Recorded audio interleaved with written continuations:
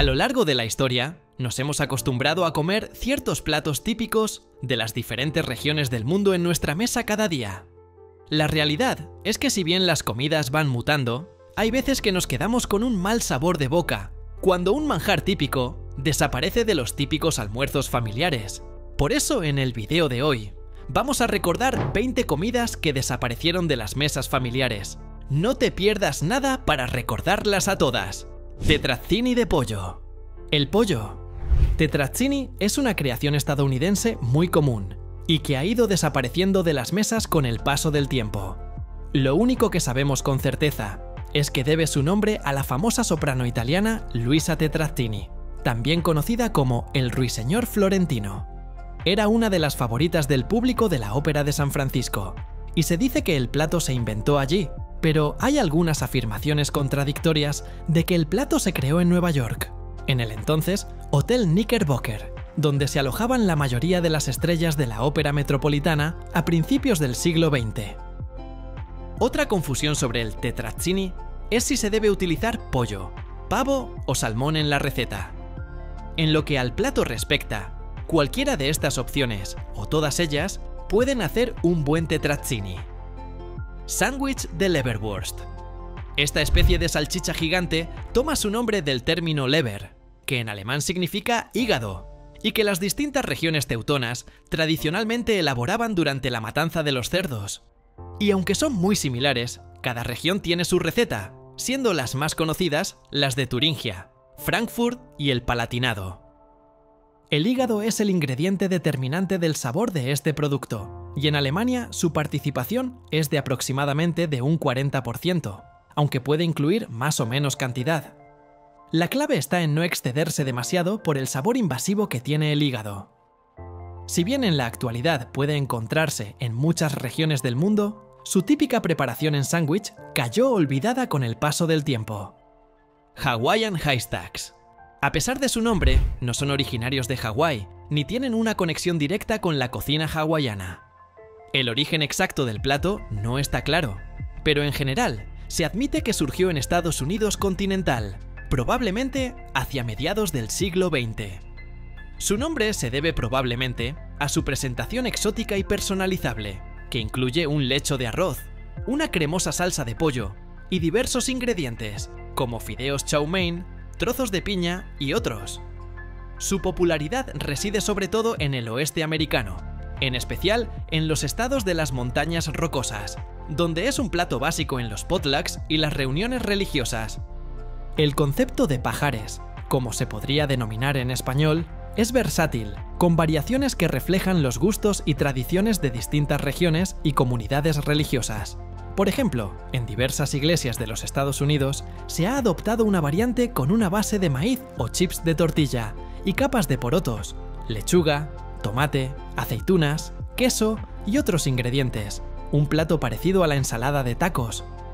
En el Medio Oeste, las zonas con una importante población menonita o amish tienen su propia versión del pajar, a menudo con ingredientes comunes en la región. Celery Victor. Celery Victor es un histórico plato americano de ensalada de apio marinado, inventado en 1910 por Victor Hirtzler, jefe de cocina del Hotel St. Francis de San Francisco, a quien también se atribuye la invención del crab Louis. El plato es recordado como un clásico americano y fue originalmente popularizado por el escritor Clarence Edwards en su libro de 1914, A Bohemian Guide to San Francisco Restaurants. Para prepararlo, los corazones de apio se cuecen a fuego lento, en un caldo de ternera, pollo o ternera. Se enfrían y se sirven con una vinagreta de estragón, en emulsión espesa, y una guarnición de hojas de apio, y se sirven como un sabroso primer plato. Buñuelos de maíz. Este aperitivo es salado y dulce, y tiene su origen en la cocina de los nativos americanos. Sin embargo, no solo son populares en el sur de Estados Unidos, sino también en Indonesia, donde se conocen como bakwan jagung o perkedel jagung. Sin embargo, los ingredientes difieren.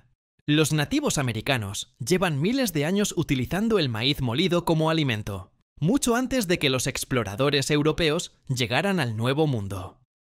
En la América precolombina, los productos a base de maíz se consideraban alimentos básicos, Por ejemplo, el pan de maíz, la arepa y el pan plano de maíz. En esta época, los nativos americanos no utilizaban técnicas de secado en profundidad, ya que necesitaban grandes cantidades de aceite para cocinar, así como equipos capaces de soportar la cocción del aceite a temperaturas extremadamente altas. Cuando los colonos europeos llegaron a América, empezaron a conocer distintos procesos y recetas de platos de maíz. Entonces, empezaron a elaborar sus propias variaciones de platos a base de harina de maíz, incluidos los panes europeos. El buñuelo de maíz se inventó en el sur de Estados Unidos. Se trata de una cocina conocida por tener muchos alimentos fritos. En Sudamérica, los buñuelos de maíz tradicionales llevan mantequilla derretida, leche, harina, huevo y granos de maíz. Se pueden hornear, freír poco o freír mucho. También pueden servirse con nata, miel, fruta o mermelada. Algunos también los hacen con crema de maíz, tras lo cual se hornean y se sirven con miel. Pulse.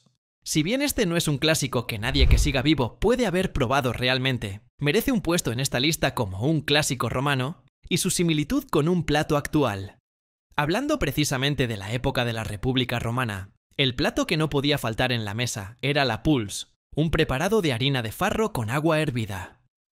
El resultado sería muy similar al de la polenta, un alimento que hoy es muy consumido en distintas partes del mundo, preparado con sémola de maíz.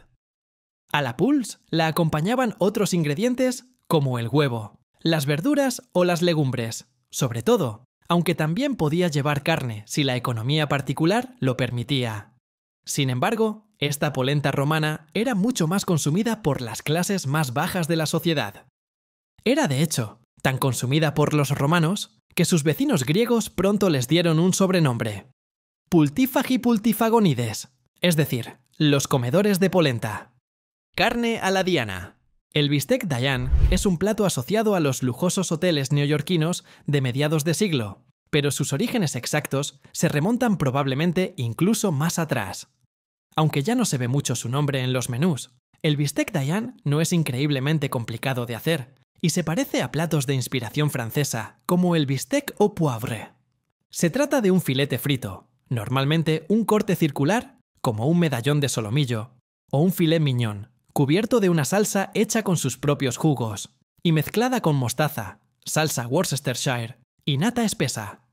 Es la llamada salsa Diana, posiblemente relacionada con otra salsa que recibió su nombre de la diosa romana de la caza Diana.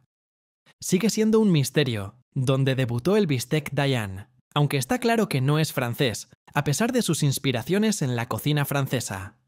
Puede que el plato apareciera en el Café de París de Londres o en el Copacabana Palace de Río de Janeiro en la década de 1930, pero un artículo del New York Times de 1968 afirma que el maitre del histórico Hotel Drake de Nueva York, un tal Beniamino Schiavone, inventó el bistec Diane cuando trabajaba en las cocinas del restaurante Plage de Ostende.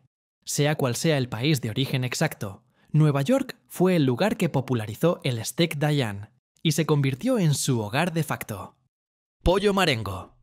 El pollo a la marengo es un plato francés similar al pollo a la provenzal, que consiste en un pollo salteado en aceite con ajo y tomate y adornado con huevos fritos y cigalas.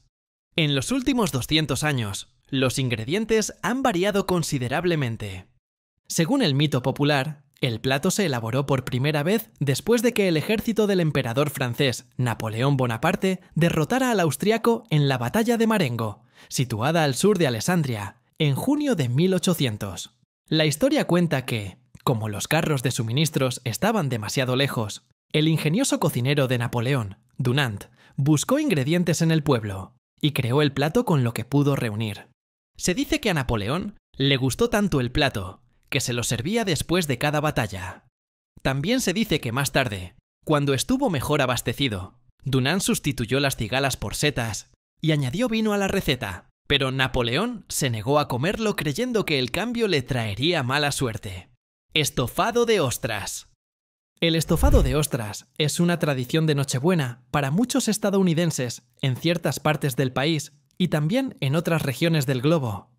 El mérito de este rico y cremoso plato que utiliza ostras, leche, mantequilla y cebollas en su forma más sencilla. Corresponde a los inmigrantes irlandeses, que trajeron consigo sus costumbres y tradiciones cuando llegaron a Estados Unidos en busca de una vida mejor a mediados del siglo XIX.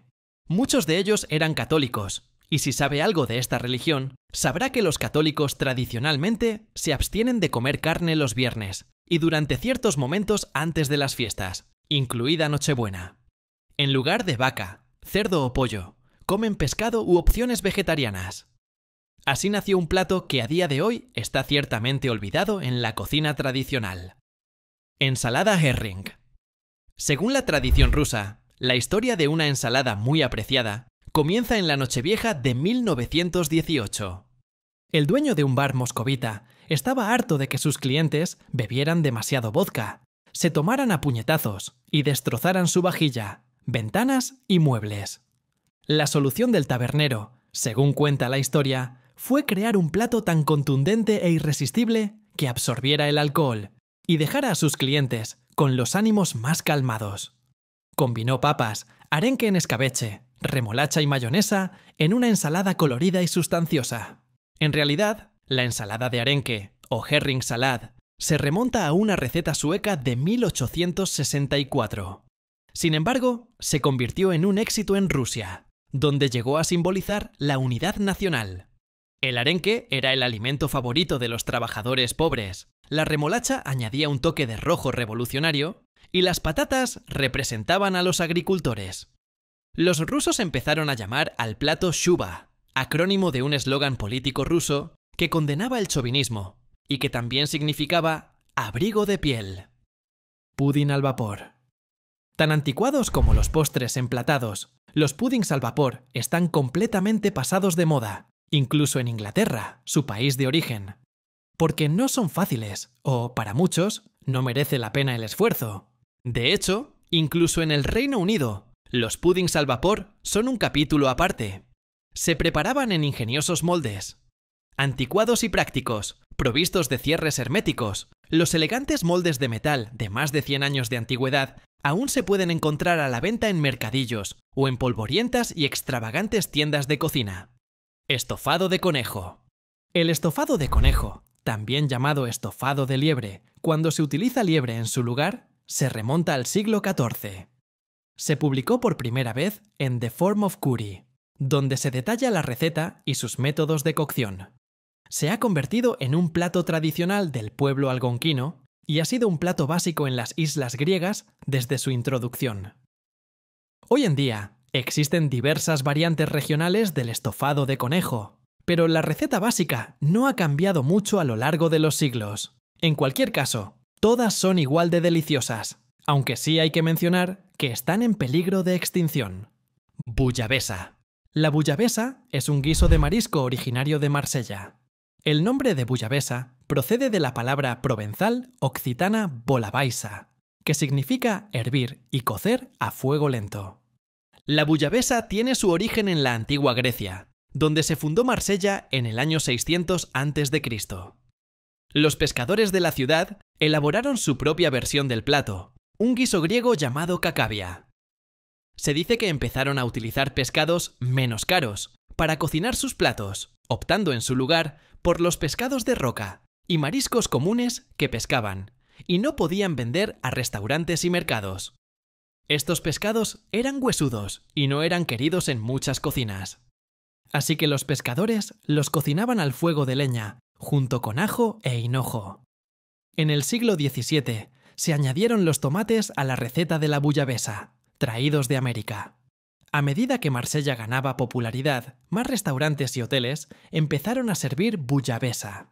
Su receta se perfeccionó, añadiendo azafrán a los ingredientes y cambiando el caldo de pescado por agua hirviendo. La popularidad del plato se extendió a París y, con el tiempo, a todo el mundo, aunque hace décadas decayó mundialmente. Borscht. En su forma más esencial, el borscht es una sopa agria de verduras que tiene algo de Rusia y Ucrania. La mayoría de las veces contiene una variante de remolacha o betabel, que suele darle un llamativo color rojo o magenta. Una teoría comúnmente aceptada es que la palabra borscht procede del eslavo y significa perejil. En la cocina eslava primitiva, los tallos, hojas y flores de esta hierba se cocinaban en sopa o se fermentaban para obtener algo parecido al chucrut. Los cosacos, grupo étnico formado originalmente por comunidades paramilitares autónomas, se consideran los creadores del borscht, ya que lo cocinaron por primera vez durante el sitio de Azov en 1637. Si esto fuera cierto, sería difícil decir si el borscht es realmente ruso o ucraniano, porque los cosacos nunca existieron totalmente a un lado de las siempre cambiantes fronteras geopolíticas que definían los estados nacionales locales.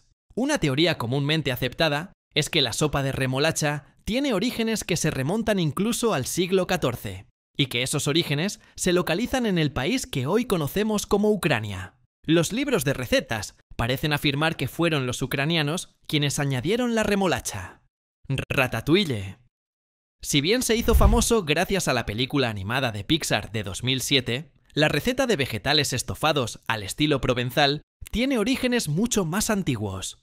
El ratatouille es un guiso de verduras elaborado con calabacines, berenjenas, pimientos rojos y amarillos, tomates y cebollas, al que se pueden añadir otras verduras. Esta especialidad tiene su origen en la Provenza, una región del sureste de Francia caracterizada por su cocina mediterránea, compuesta por hierbas aromáticas y muchas verduras. El nombre proviene de las palabras francesas rata, que indica un guiso con piezas enteras, y touiller, que se refiere a la acción de mezclar los ingredientes entre sí. Más precisamente, la receta se originó en el siglo XVIII, en el campo provenzal, gracias a la inventiva de los agricultores que necesitaban utilizar toda la cosecha de fin de temporada. Y, sobre todo, encontrar un uso para las verduras demasiado maduras, que comenzaban a estropearse, a través de una cocción lenta y de aromas intensos. Milanesa a la suiza. Vamos ahora con un clásico de Sudamérica. A pesar de su nombre, es más bien una creación de la cocina argentina.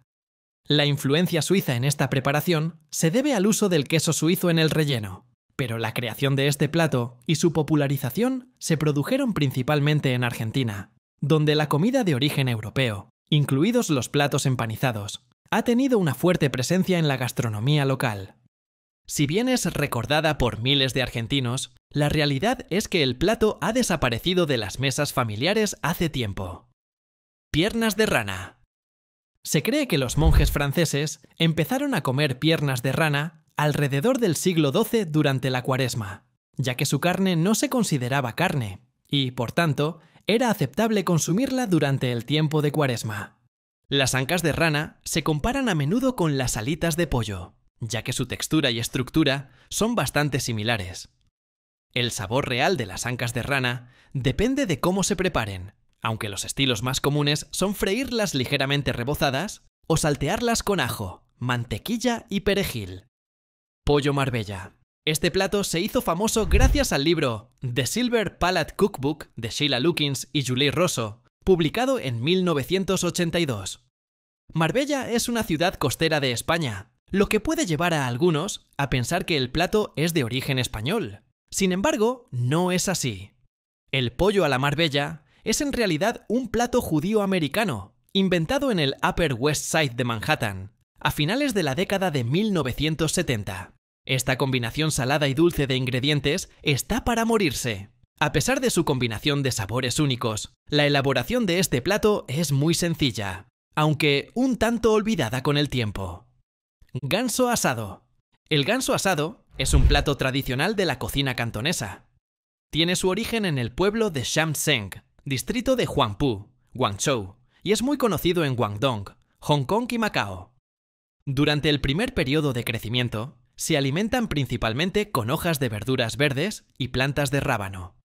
Cuando alcanzan los 2 kilogramos, se alimentan con paja y plantas acuáticas. Solo así pueden cocinarse. El método de cocción también es muy particular. Shamtseng se refiere a un pozo seco excavado en un terreno fangoso, con carbón de lichi en su interior y barras de hierro que atraviesan la boca del pozo. Las piezas se cuelgan de las barras de hierro con ganchos y se asan en el pozo. Como el pozo está rodeado de tierra hermética, se cocinan a una temperatura uniforme y estable, y el plato terminado tiene una calidad superior. Suprema a la Maryland. Finalizamos con otro clásico americano. Es costumbre que en los Estados Unidos se coma pollo frito. En la costa este, a diferencia del sur del país, se suele freír el pollo en una sartén pesada, con poca manteca, que se cubre a poco de iniciada la fritura. Luego se le agrega crema a la sartén para realizar una salsa mediante la emulsión.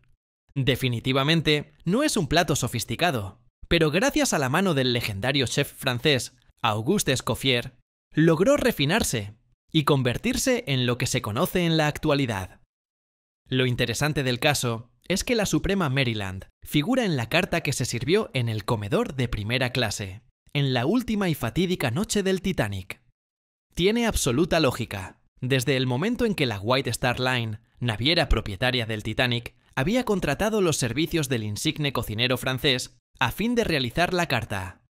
Con el tiempo se hizo popular en Sudamérica, sobre todo en países como Argentina y Uruguay, aunque ya es casi imposible encontrarla.